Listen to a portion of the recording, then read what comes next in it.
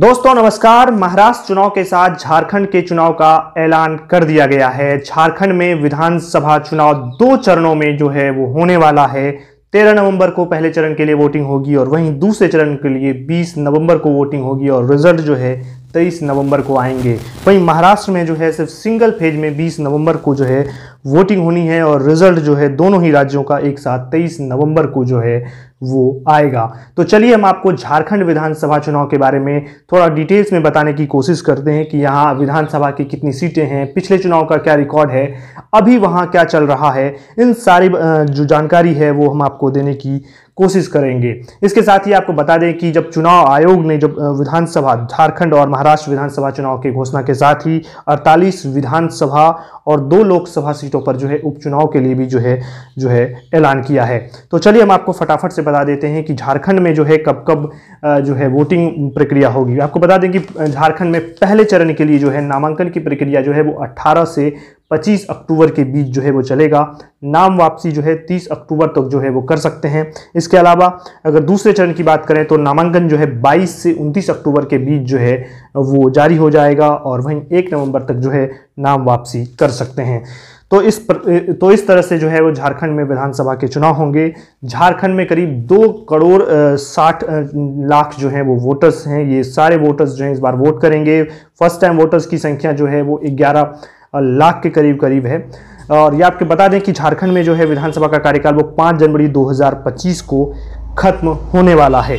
तो ये है झारखंड विधानसभा चुनाव के बारे में। अगर आप झारखंड को मैप पर देखेंगे तो आपको नजर आएगा कि झारखंड में कुल 24 जिले हैं और इसके साथ साथ वहां पर इन जिलों को जो है वो 5 डिवीजन में बांटा गया है, 5 प्रमंडलों में बांटा गया है, जिनमें से संथाल परगना आता है, कोल्हान प्रमंडल, पलामू डिवीजन, नॉर्थ छोटा नागपुर डिवीजन और साउथ छोटा नागपुर जो है वो डिवीजन यहाँ पर जो है नजर आता है। तो सवाल उठता है कि इस बार जो है वो किसकी स्थिति मजबूत है झारखंड के विधानसभा चुनाव में, क्योंकि वर्तमान समय में अभी जो है वहां पर इंडिया गठबंधन की सरकार है। जेएमएम और कांग्रेस जो है वो मिलकर वहां पर सरकार चला रही है। हेमंत सोरेन वहां के मुख्यमंत्री हैं। बीच में जो है वहां पर जब हेमंत सोरेन जेल जाते हैं तो चंपई सोरेन भी वहां पर मुख्यमंत्री बनते हैं और इस बार चंपई सोरेन का जो फैक्टर है बहुत ही इंटरेस्टिंग फैक्टर है। हम इसके बारे में भी जो है आपको बताएंगे। सबसे पहले तो बता दें कि जब 2019 में वहां पर विधानसभा का चुनाव होता है तो झारखंड में करीब जो है 81 विधानसभा की सीटें और बहुमत के लिए किसी भी पॉलिटिकल पार्टी को 41 विधानसभा सीटों की जरूरत होती है। तो फिलहाल जो है वहां पर जेएमएम के पास 27 विधानसभा की सीटें हैं, कांग्रेस के पास जो है 18 विधानसभा की सीटें हैं और आरजेडी के पास 1 और सीपीआईएम के पास जो है वहां पर 1 विधानसभा की सीट है। और ये लोग जो है वहां पर मिलकर अभी फिलहाल सरकार पिछले 5 साल से चला रहे हैं। बात अगर एनडीए की करें तो उनके पास जो है बीजेपी के पास जो है 24 विधानसभा की सीटें हैं। वहीं आजसू के पास 3 विधानसभा की सीटें हैं और वहीं एनसीपी जो अभी अजीत पवार का गुट है उनके भी 1 विधायक अभी एनडीए के साथ वहां पर झारखंड में है। तो इस तरीके से उनके पास करीब 28 विधायक हैं। वहीं इसके अलावा निर्दलियों के पास जो है वो 2 विधायक हैं और अन्य के पास 4 विधायक हैं। वहीं अगर आप हम 2014 के विधानसभा चुनाव के रिजल्ट के बारे में देखें तब क्या स्थिति थी, उस समय जो है वहां पर 2014 से 2019 तक जो है झारखंड में रघुवर दास जो है वो मुख्यमंत्री रहते हैं और झारखंड में ऐसा पहली बार हुआ था कि कोई मुख्यमंत्री ने अपना 5 साल का जो है वो कार्यकाल पूरा किया था। बीजेपी को उस समय 2014 में जो है वो 37 विधानसभा की सीटें मिली थी। जेएमएम को जो है 19 विधानसभा की सीटें मिली थी और जेवीएम को लगभग 8 विधानसभा की सीटें मिली थी। कांग्रेस को वहां पर 6 और आजसू भी वहां एक पार्टी है उन्हें 5 विधानसभा की जो है वो सीटें मिली थी। लेकिन इस बार क्या हुआ, जब लोकसभा के चुनाव हुए इस बार तो वहां जो है स्थिति इस बार काफ़ी पलटी और इससे कहीं ना कहीं इंडिया गठबंधन को एक उम्मीद जगी है कि वो इस बार कुछ कर सकती। लेकिन लोकसभा चुनाव के रिजल्ट में एक जो है वो ये छिपा हुआ है कि कहीं ना कहीं इंडिया गठबंधन के लिए नुकसान की भी खबर है। खुशखबरी की हुई खबर थी लेकिन इसके साथ साथ नुकसान की भी खबर है, क्योंकि झारखंड में लोकसभा की जो है वो करीब 14 विधानसभा की सीटें हैं। बीजेपी को वहां पर 8 सीटों पर सफलता मिलती है और पिछली बार की तुलना में उन्हें 3 सीट का नुकसान होता है, यानी 2019 में जो है उन्हें 11 सीटों पर सफलता मिली थी। बात अगर आजसू की करें तो उन्हें 1 सीटों पर सफलता मिलती है। और कांग्रेस की बात करें तो कांग्रेस को 2 सीटों पर सफलता मिलती है, पिछली बार की तुलना में उन्हें 1 सीट फायदा होता है। जेएमएम को यहाँ पर 3 सीटों पर सफलता मिलती है, पिछली बार की तुलना में उन्हें जो है 2 सीटों का फायदा होता है।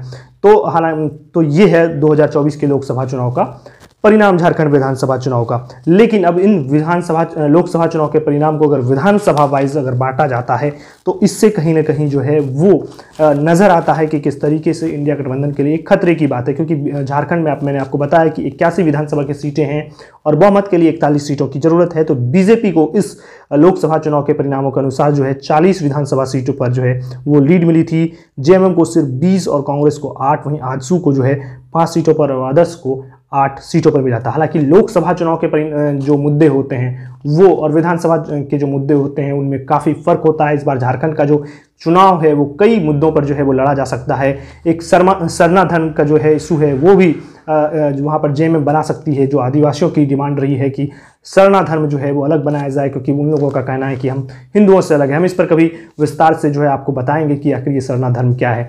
लेकिन इसके अलावा वहाँ पर वहीं बीजेपी जो है बांग्लादेश से झारखंड के जो इलाके सटे हुए हैं वहाँ मुद्दा बना सकती है कि बांग्लादेशी जो है वो घुसपैठ कर रहे हैं और झारखंड के संसाधन पर कब्जा कर रहे हैं। वहीं हेमंत सोरेन सरकार की वो विफलताओं को सामने लाने की कोशिश करेंगे कि उन्होंने विकास नहीं किया और कई तरह की बातें इस बार के विधानसभा चुनाव में जो वो मुद्दा रहेगा। लेकिन बीजेपी के लिए इस बार जो झारखंड विधानसभा चुनाव में सबसे बड़ी चुनौती वाली बात ये होगी कि वो संथाल परगना और इसके अलावा जो कोल्हान प्रमंडल है यहाँ पर बीजेपी मजबूती के साथ चुनाव लड़ना चाहेगी, क्योंकि संथाल परगना का जो इलाका है यहाँ पर 18 विधानसभा की सीटें हैं और कोल्हान प्रमंडल में 14 विधानसभा की सीटें हैं। यहाँ पर 32 टोटल जो है वो विधानसभा की सीट है। लेकिन यहाँ पर बीजेपी को वर्तमान में सिर्फ 3 विधायक ही हैं, यहाँ से सिर्फ 3 सीटों पर ही बीजेपी को जो है वो सफलता मिली। लेकिन इस बार एक इंटरेस्टिंग फैक्टर है चंपई सोरेन जो है वो मुख्यमंत्री बनते हैं, क्योंकि वो जेएमएम के से थे और हेमंत सोरेन शिबू सोरेन के काफ़ी करीबी माने जाते थे। झारखंड में जब आंदोलन हुआ, झारखंड बनाने का आंदोलन, बिहार से अलग करने का आंदोलन, तो चंपई सोरेन शिबू सोरेन के साथ मिलकर जो है वो संघर्ष करते हैं और झारखंड को अलग राज्य बनाते हैं। जब हेमंत सोरेन जेल जाते हैं तो उन पर जो है वो भरोसा जताते हैं उनका और उन्हें मुख्यमंत्री बनाया जाता है। चंपई सोरेन को 156 दिनों तक मुख्यमंत्री रहते हैं। लेकिन जब हेमंत सोरेन जेल से बाहर आते हैं तो उन्हें मुख्यमंत्री से हटा दिया जाता है और बताया जाता है कि जो चंपई सोरेन है उन्हें मन था कि कम से कम इस विधानसभा चुनाव तक उन्हें जो है वो मुख्यमंत्री बना रहने दिया जाए, लेकिन जो है उन्हें हटा दिया जाता है और इससे कहीं ना कहीं चंपई सोरेन जो है वो नाराज हो जाते हैं और फिर वो पाला बदल कर जो है अब बीजेपी में शामिल हो जाते हैं। ऐसे में बीजेपी में अब कई लोग जो है वो सीएम पद के लिए भी दावेदार हो चुके हैं। खुद बीजेपी के अंदर कहीं ना कहीं इसको लेकर एक घमासान हो सकता है। लेकिन चंपई सोरेन को बीजेपी अपने पाले में करके एक जो है वो मैसेज देना चाहेगी कोल्हान प्रमंडल में, जहाँ की 14 विधानसभा सीटें हैं। वहाँ पर सभी सीटों पर जो है पिछली बार जो है बीजेपी को एक भी सीटों पर सफलता नहीं मिली थी और उस पूरे प्रमंडल में जो है चंपई सोरेन का कहीं ना कहीं जो है वो प्रभाव रहता है इस कोल्हान प्रमंडल में। तो वहाँ पर जो है चंपई सोरेन के प्रभाव का फायदा बीजेपी उठाकर जो है वो जेएमएम और कांग्रेस जो गठबंधन है, इंडिया गठबंधन, उसको नुकसान पहुँचाने की पूरी कोशिश कर सकती है। लेकिन फिलहाल जो है वो क्या होता है ये आने वाला जो है वो समय बताएगा। तो फिलहाल हम आपको बता दें कि झारखंड में टोटल जो है 24 जिले हैं, वहाँ पर 81 विधानसभा की सीटें हैं, 14 लोकसभा की सीटें हैं और वहाँ पर जो है 5 जो है डिवीज़न हैं। तो इस तरीके से वहाँ पर जो है चुनाव जो है इस बार झारखंड का विधानसभा चुनाव वो बेहद ही इंटरेस्टिंग होने वाला है। कौन विधानसभा चुनाव जीतेगा कहना मुश्किल है। कल्पना सोरेन काफ़ी एक्टिव थी जब हेमंत सोरेन जेल गए थे, तो क्या चुनाव के बाद कल्पना सोरेन आगे होंगी या फिर हेमंत सोरेन ही आगे रहेंगे। वहीं हेमंत सोरेन जो है परिवार में भी जो है काफ़ी संघर्ष रहा है। सीता सोरेन पहले ही बीजेपी में ज्वाइन कर चुकी हैं, वहीं उनके एक भाई, छोटे भाई भी हैं, तो वो भी हैं इनके अलावा। तो ऐसे में हेमंत सोरेन और खास करके कांग्रेस दोनों के लिए जो है वो चुनौती होने वाला है। अभी हरियाणा विधानसभा चुनाव जहां पर कि कांग्रेस को काफ़ी उम्मीद थी कि वो बीजेपी को हरा देगी, उन्हें पूरा उम्मीद था कि यहाँ प्रचंड बहुमत के साथ कांग्रेस की सरकार बन सकती है, लेकिन ऐसा हुआ नहीं। तो ऐसे में कांग्रेस के लिए भी एक बड़ी चुनौती है कि झारखंड में वो इस तरीके से चुनाव लड़ें कि वो बीजेपी को हरा सके। लेकिन वहीं बीजेपी के लिए चुनौती है कि वहाँ पर उनके पार्टी में कई जो है वो नेता हो चुके हैं। बाबूलाल मरांडी हैं, अर्जुन मुंडा हैं और अब चंपई सोरेन है। तो ऐसे में वो किसे सीएम कैंडिडेट बनाएं, ये सारी जो चुनौती है उनके सामने उभर कर सामने आएगी। बाकी आपको क्या लगता है, आप क्या सोचते हैं, अपनी राय कमेंट बॉक्स में ज़रूर रखिए। वीडियो को लाइक कीजिए और हमारे चैनल को सब्सक्राइब कीजिए। आपका बहुत बहुत धन्यवाद।